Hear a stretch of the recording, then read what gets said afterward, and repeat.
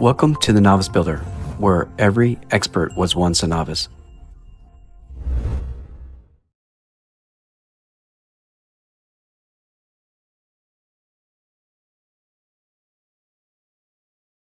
In this video, we'll go over the most important first step of installing a folding attic ladder, planning and measuring. Careful planning ensures your ladder will fit properly, operate smoothly, and provide safe access to your attic.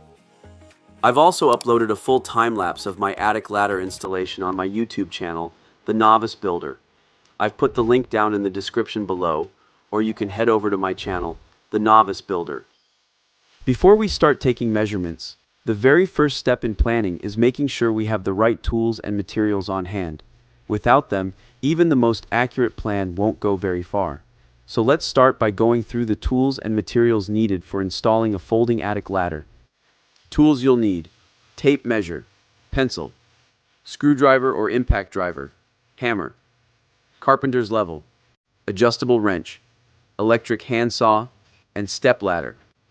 Materials you'll need: folding pine attic ladder kit with included hardware, the main unit, complete with hinges, springs, and fasteners needed for installation.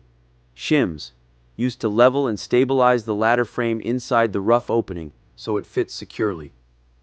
Wood screws, for fastening the ladder frame and reinforcement lumber, ensuring everything is solid and safe.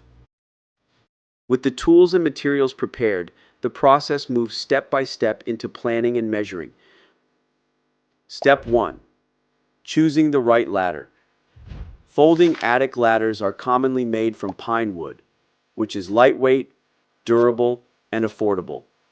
They're designed to fold into sections that tuck neatly into the ceiling when not in use. Step 2. Measuring the rough opening. This is the frame space between your ceiling joists where the ladder will sit. Use your tape measure to confirm the length and width match the ladder manufacturer's requirements. Most standard folding attic ladders are designed for a rough opening of about 22.5 inches by 54 inches, though larger models may require openings up to 25 by 60 inches. The opening must be square, so check diagonally from corner to corner. Both measurements should be the same. If they aren't, adjustments to the framing may be needed. Step 3. Checking attic clearance. A folding ladder needs enough space in the attic to fold and rest when closed. Measure the clearance above the ceiling joists where the ladder door will swing open. Make sure no plumbing, ductwork, or electrical lines are in the way.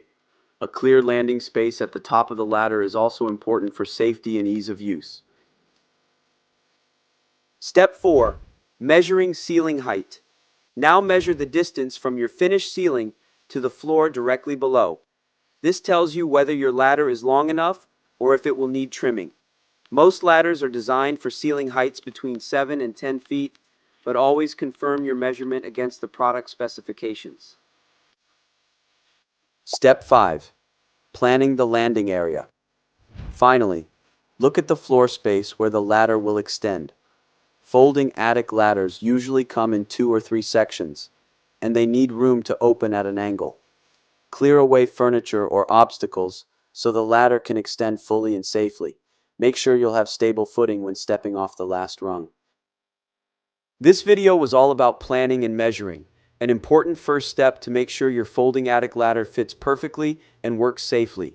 In the next video, part 2, I'll take you through the detailed, step-by-step installation process. Be sure to check out the links in the description below to watch my complete attic ladder playlist, or subscribe to my channel, The Novice Builder.